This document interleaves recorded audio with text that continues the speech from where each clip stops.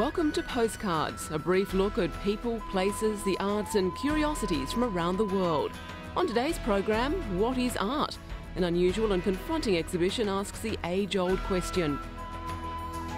Tibetan monks seek compassion at an annual city festival. The history of exotic royal beasts. We look at the beautiful Lake District in northwest England, inspiration to romantic poet William Wordsworth, and now to be listed as a World Heritage Site. And finally, in its past life, this cottage was actually a mini.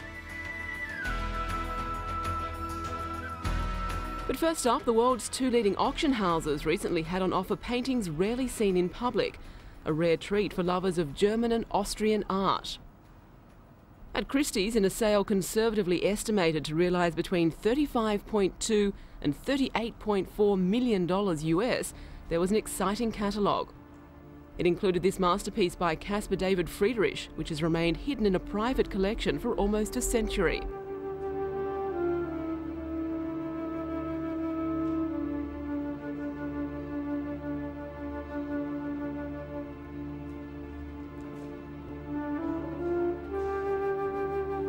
Also on offer, one of the most haunting and evocative images in the history of European art, Edward Munch's Madonna.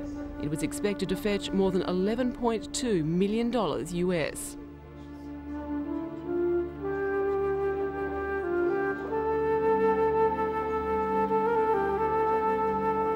The stunning collection gives an insight into the historical background of German art from 1830 to about 1950. It's a claim that Sotheby's would probably dispute, for they also had an impressive collection of paintings and drawings, sculpture and prints of nearly all the great German and Austrian artists of the modern period.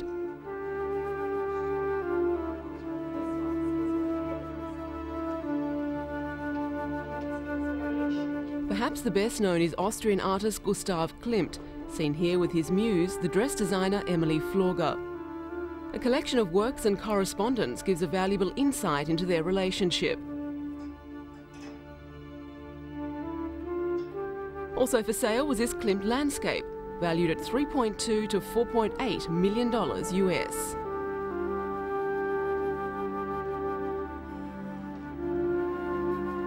And one of the highlights of the sale, Franz Marc's The Waterfall.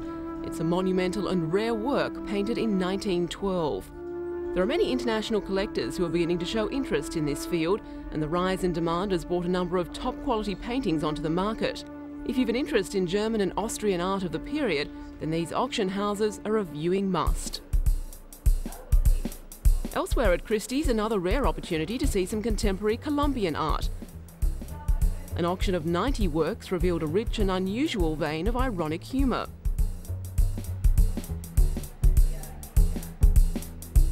There's an early native Indian version of Mickey Mouse by Nadine Ospina. And an inflatable baby installation by Carlos Blanco. Some of the artists already enjoy international renown. Olga de Amarai's work sells well in the United States, but she's less well known in Europe.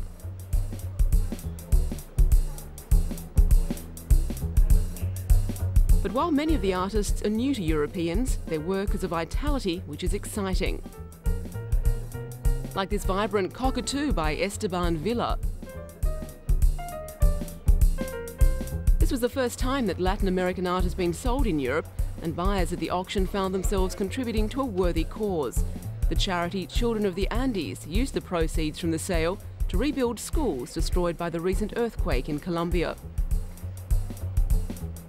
It was hoped the sale would raise more than $160,000 US to build 3 new schools in the earthquake-devastated region. Judging by the skills and range of the work on offer, it won't be the last time we see Colombian art featured in the great auction houses. It's the same old question asked countless times. What is art? A dead horse? Or maybe oversized lilies which flower for one night? Visitors to the Tate Gallery's Abracadabra exhibition are likely to come away mystified. Curators say the object of the exhibition is not to shock, but to make people laugh. There's this squirrel from Italy, which has apparently committed suicide. Is it funny or tragic? Do you need to think about it at all? The show's centrepiece is a giant tabletop football game to be played by 2 teams of 11.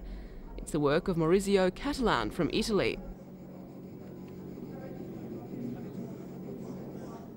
And there's this from Brigitte Zieger of Germany, a comment on modern alienation. A man dressed as a child firing a gun. A look into the history of art at any time or century will show artists always extending ideas, breaking new ground, and that's what this exhibition was about. Perhaps the whole show is an example of the maxim that art is what you make it. It certainly seems to be a lot of fun.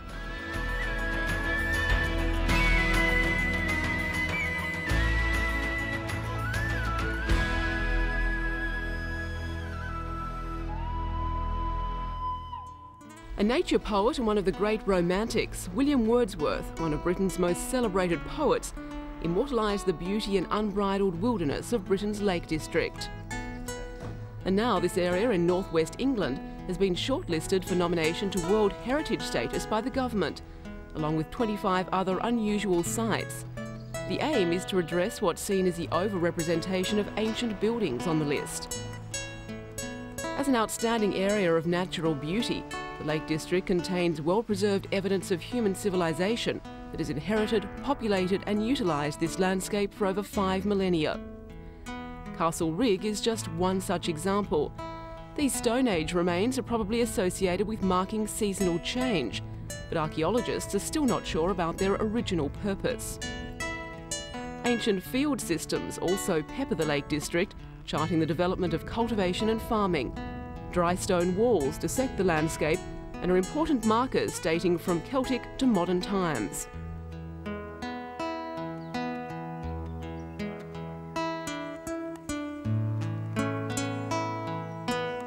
The Lake District is of course famous in English literature, being the place which inspired a whole school of poets including Wordsworth and Coleridge. Less well known is the work of social theorist and art critic John Ruskin.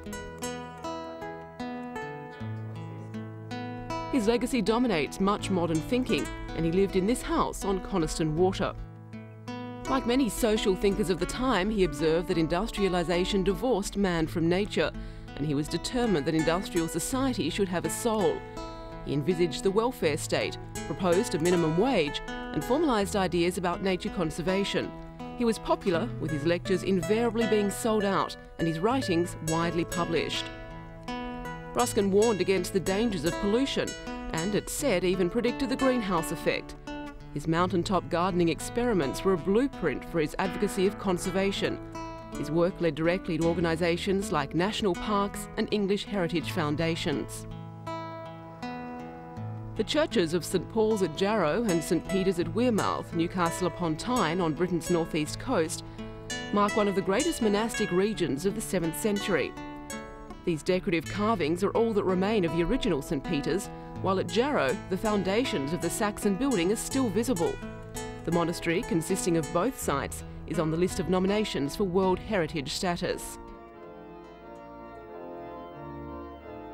The chancel inside St Paul's survives from the monastery's original basilica. The Saxon window has been refitted with glass found on the monastic excavation. The precise day of the monastery's foundation is well known, 23rd of April 685, as it was recorded by its greatest scholar, the Venerable Bede. Entering the monastery at age 7, Bede was a famous scholar and prolific writer.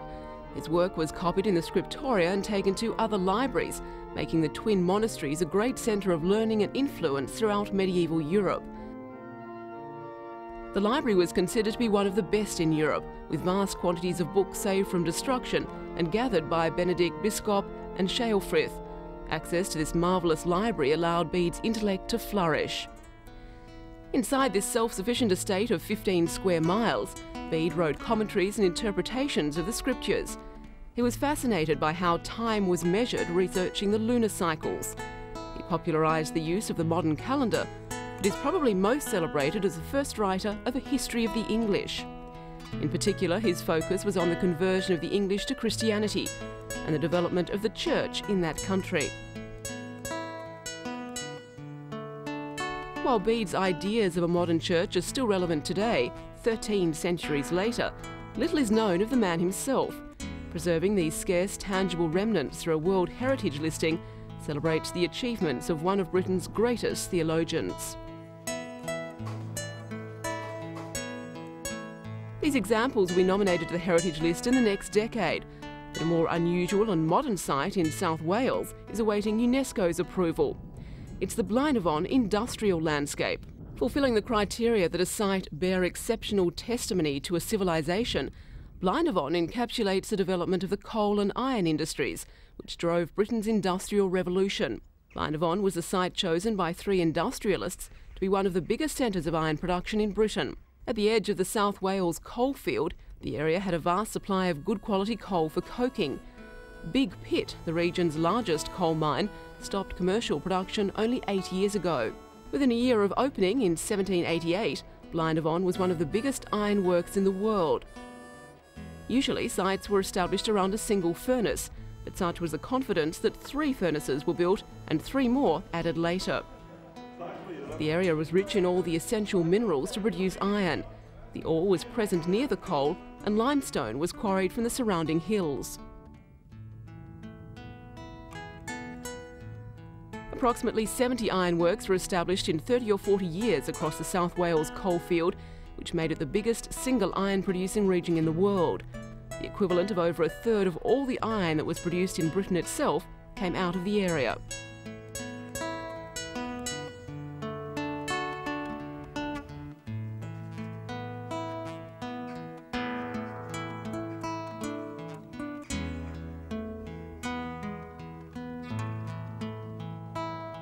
A vast system of horse-drawn railways was built, including a 2-mile tunnel carved through the mountain to convey the minerals to the ironworks and the pig iron from the works. The railway's path, still visible today, crossed the mountain and meandered down to the canal at sea level. Iron was stored in warehouses along the canal until it could be transported to Newport Harbour for export. To this day, Blaenavon iron can be found in railways from India to America.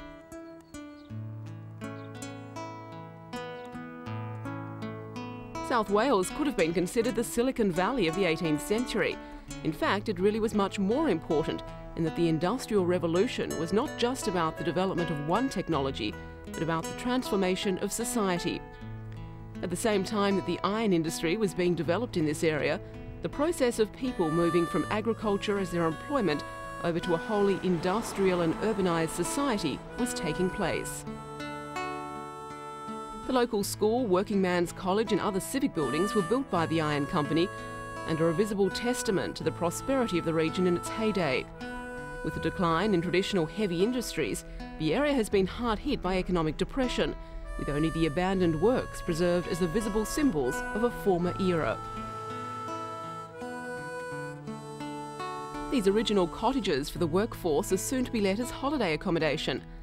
While the modern town of Blaenavon still bears the scars of economic depression, it's hoped a World Heritage nomination will boost the community and bring some much-needed investment to a once prosperous and thriving landscape.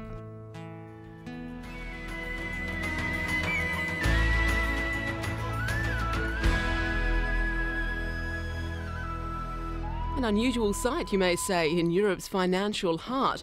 These Tibetan monks from southern India's Tashi Lumpo monastery were just one of the international performing groups taking part in the annual 3-week City of London festival. The monks are exiles from the original Tashi Lumpo monastery in Tibet, founded by the first Dalai Lama in 1447, but suppressed under the Chinese occupation of Tibet. This is the first time that this piece, to create compassion for all people, has been chanted outside the monastery. The performances also hope to raise awareness of the plight of Tibet, its spiritual leaders, and the 250 exiled monks. Britain and Tibet have a long historical relationship, and this visit provided further opportunity for an exchange of cultural experience. The performance is just a small taste of the 155 events comprising the annual festival, being staged in the unique and varied buildings of the City of London, churches, guild halls, even the Lord Mayor's house. Founded in 1962, the primary focus of the festival was classical music. Although that remains the mainstay, programming has broadened to include street theatre, film, dance, mime, world music and jazz. The monks contributed to a theme of divinely inspired vocal music from around the world. The Venetian coronation from 1595 was recreated, and the festival closed with the dramatisation of Purcell's semi-opera, The Fairy Queen. Tourists taking in the famous Tower of London are in for an unusual historical journey, one with a definite zoological slant. On display are exotic exhibits that even include the skin of the first grizzly bear ever to come to Britain. Beneath this area lies the site of the Royal Menagerie. Here wild animals were kept from the 13th century, baited for sport during the 15th century, and put on public show between the 16th to 19th centuries. Long before there was any serious concept of zoos, owning wild animals was considered the preserve of royalty. It was common for monarchs and other important European rulers to have private collections of wild animals, and they frequently gave and received exotic beasts as gifts. Because it was associated with royalty, images of animals got involved in heraldic designs and other sorts of imagery. Research for the exhibition revealed documents showing that the menagerie existed some 30 years earlier than previously believed, in 1235. It's thought possible the first animals came here in 1204, when Normandy was handed over to the French and King John evacuated his wild animals. Excavations over part of the Lion's Tower have confirmed documentary evidence of the layout of the menagerie. An ancient portcullis was dropped between the spaces here, keeping the lions encaged. The latest dig has enabled an accurate reconstruction of how the beasts were housed within the tower complex. The upper level was the lions' day pen, while they retreated below for the night. One of the most unusual inhabitants of the tower was a white bear from Norway, presented to Henry III in 1251. A year after the king was given what is thought to be a polar bear, the sheriffs of London were ordered to provide a collar and a stout cord to enable the animal to go fishing in the Thames. It was only during the reign of the first Queen Elizabeth in the 16th century that the menagerie became a curiosity for which visitors were required to pay.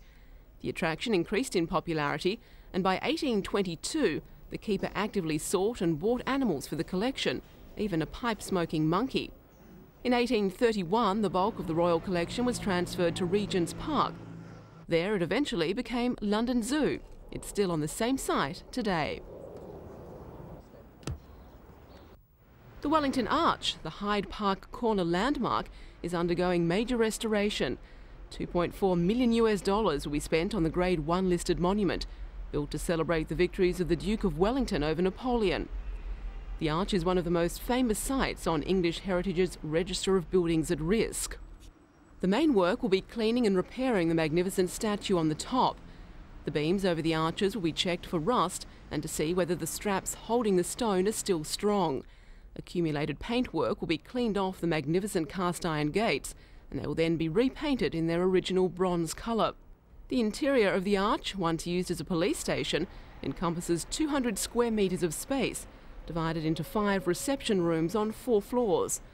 Unheated and unoccupied for 3 decades, it's badly affected by damp. The arch was originally topped by a huge mounted statue of Wellington, but major road widening of Piccadilly in 1882 was used as an excuse to remove the oversized statue to Aldershot and reposition and rebuild the arch. In 1912, the massive statue of Peace descending on the quadriga of war was placed on top of the building. The largest bronze sculpture in England was designed by Decimus Burton in 1826 as a ceremonial gateway to Buckingham Palace. It has now been registered as one of the greatest pieces of Edwardian public sculpture and the masterpiece of Captain Adrian Jones, who started his life as an army vet. When the restoration work is complete, the whole building will be floodlit. It's hardly Juliet's tomb, but it's the modern equivalent, artist Tracy Eamon's bed. It's the first exhibit visitors see right in the centre of the gallery in the prestigious Turner Prize exhibition. The enfant terrible of British art is one of 5 shortlisted artists for the £20,000 Turner Prize. She's certainly the most controversial. and in many ways the most moving. This homage to Uncle Colin is a tribute to her favourite uncle, who died tragically in a car crash. And continuing her seeming obsession with herself, a video of the artist interviewing herself.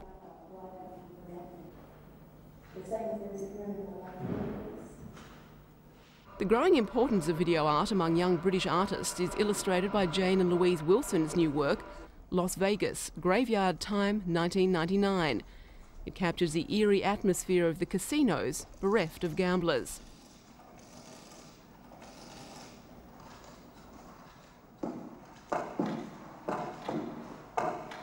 Steve Pippin explores the relationship between vision and motion through photography.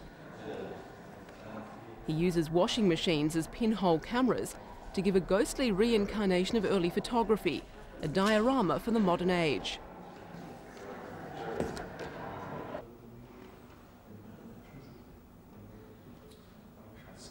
Many people's favourite for this year's prize is Steve McQueen, an artist who uses film about film.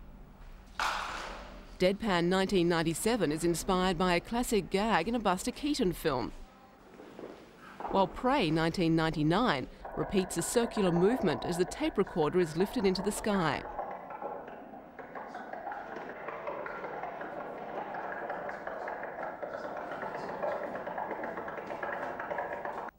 The Turner Prize gives these unusual artists an opportunity to bring their work from obscure galleries to a wider public. And finally, if you've ever dreamed of owning your very own romantic English cottage, this could be just what you're looking for. Complete with flower boxes, black beams and leaded windows. It even has that essential part of every country cottage, a thatched roof. As for location, no need to worry. Just open the door, walk, or rather climb into the living room, and as the saying goes, the world is your oyster. That's as long as you can get there at a top speed of 40 miles per hour. In its past life, this cottage was actually a Mini.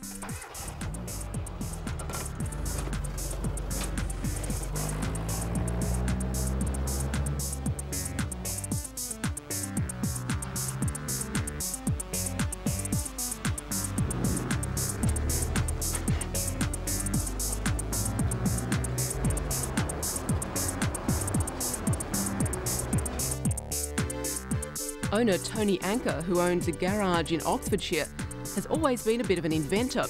And after 11 years in the area, the neighbours are used to his quirky ways. Every year he comes up with a different design, trying to keep it a secret from his neighbours until it's complete. Should the police pull Tony over, his road taxes and insurance are paid, and all the headlights and indicators are working perfectly. He's also never tempted to drink and drive, he just takes his house to the pub. The cottage tends to stay clear of motorways and takes corners very slowly. After all, Tony has to be careful not to tip over the fruit bowl or kettle, or wake up any sleeping family members. About the only thing missing for the Tudor-style cottage is a for sale sign, but Tony says he could be tempted to part with it, provided the price was right.